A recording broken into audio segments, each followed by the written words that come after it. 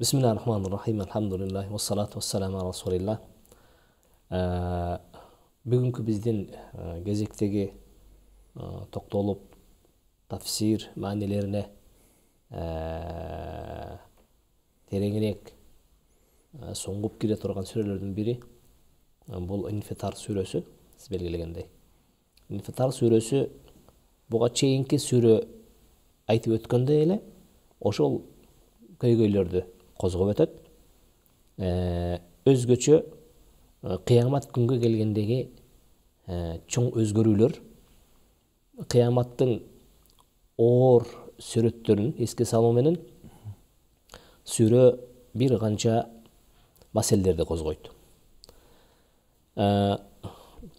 Белгилүү болгондой, сүрө өзү Мекке сүрөсү болгондуктан, Мекке сүрөсү көбүнчө акыйда маселесине, кыямат күндөгү болгон көрүнүштөргө, анын акыйкатына токтолот дагы. Анын ичинде мына ошол сүрөнүн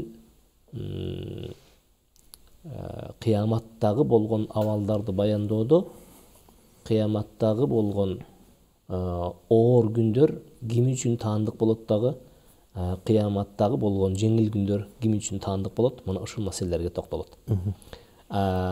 Бул деген сөз инсандын чындап эле, адамдар арасында чындап эле акыйкатты көрүп туруп жокко чыгаргандар бар. Арасында болсо ошол акыйкатты көрүп, акыйкаттай кабыл алып ыйман туткандар бар. Мына ошол чекте сөз кылат дагы. Жыйынтыгына келген учурда адамдар, жалпы адамдар эки топко гана бөлүнөт. Мындайча айтканда, салых, момун, пайдалуу, жакшы адамдар болсо ошол эле анын карама каршысында айталык бузуку, тоң моюн, айталык эч бир нерсени бир акыйкаты менен көрө албаган адамдар бар. Экинчи тарап. Жыйынтыгына сүрө келет да, анан кийин кыямат күндөгү болгон адамдардын башына түшкөн оор күндө чечүүчү бир гана улуу жаратуучунун колунда каларын. Же болбосо акыркы өкүм жараткандын колунда гана каларын. Эч ким өзүнө ээ чыга албайт. Же болбосо эч ким өзүнүн кылган амалы менен, же болбосо кылган жакшылыгы менен, же кылган жамандыгы менен кайсы бир эмнеге натыйжаны өзү өкүм чыгарып, өзү ордун таба албайт. Балким ар бирине өкүм берип, ар биринин өз ордун бере турган жаратуучу бар экендиги жөнүндө баян кылып сүрө аягына чыгат. Демек, устаз, жалпысын айтканыбызда ошол кыямат күнүнүн абалдары жана ошол кыйынчылыкка, ошол абалга даярдык кылууга үндөө максатында десек да болобу? Албетте, бул жерде биз бирден бир негизги түшүнө турган маселебиз ошол. Эмне үчүн дегенде, сүрөлөр, Мекке сүрөлөрү көбүнчө адамдардын ички сезиминен даярдыкка алып баруу максатын көздөгөн.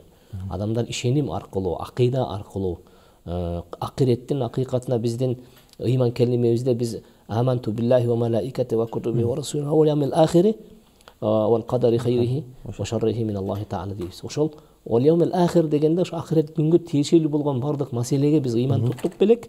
Анда мына ошол биз ыйман туткан маселенин бардыгын мына ушул сүрөлөр бизге эмне кылып берет? Анын жүрүүсү, анын бүтүүсү, анын абалы, анын жыйынтыгы баарысы эмне ушул сүрөлөр аркылуу бизге эмне болот? Ачыкталат. Алла ыраазы болсун, устаз.